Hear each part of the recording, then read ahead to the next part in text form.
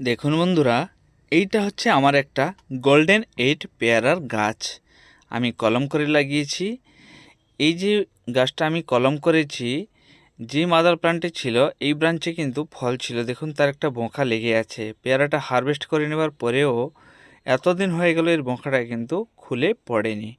আপনারা দেখতে পাচ্ছেন গাছের গ্রোথ খুব সুন্দর আছে।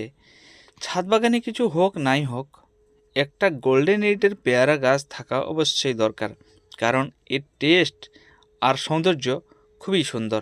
মানে দেখতেও তো অসাধারণ লাগে। একটা একটা মিনিমাম আপনি ধরে নিন 300-400 গ্রাম, তার উপরেও হয়ে যায়। আর খেতেও খুব সুন্দর লাগে। যখন খাবে তখন মনে হবে আপেল খাচ্ছেন কি অন্য কিছু। এর ভিতরে বীজ খুবই কম, প্রায় নেই বললেই চলে, অনেকটা কম। তো আপনি এই রকম যদি গাছ নিতে চান তাহলে আমার সঙ্গে আর 1 মাস 1.5 মাসের পর যোগাযোগ করবেন।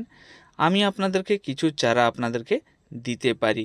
আমি নিজে কিছু চারা তৈরি করছি। যদি আপনাদের প্রয়োজন হয় আমার সঙ্গে যোগাযোগ করে চারা আপনারা ক্রয় করতে পারেন।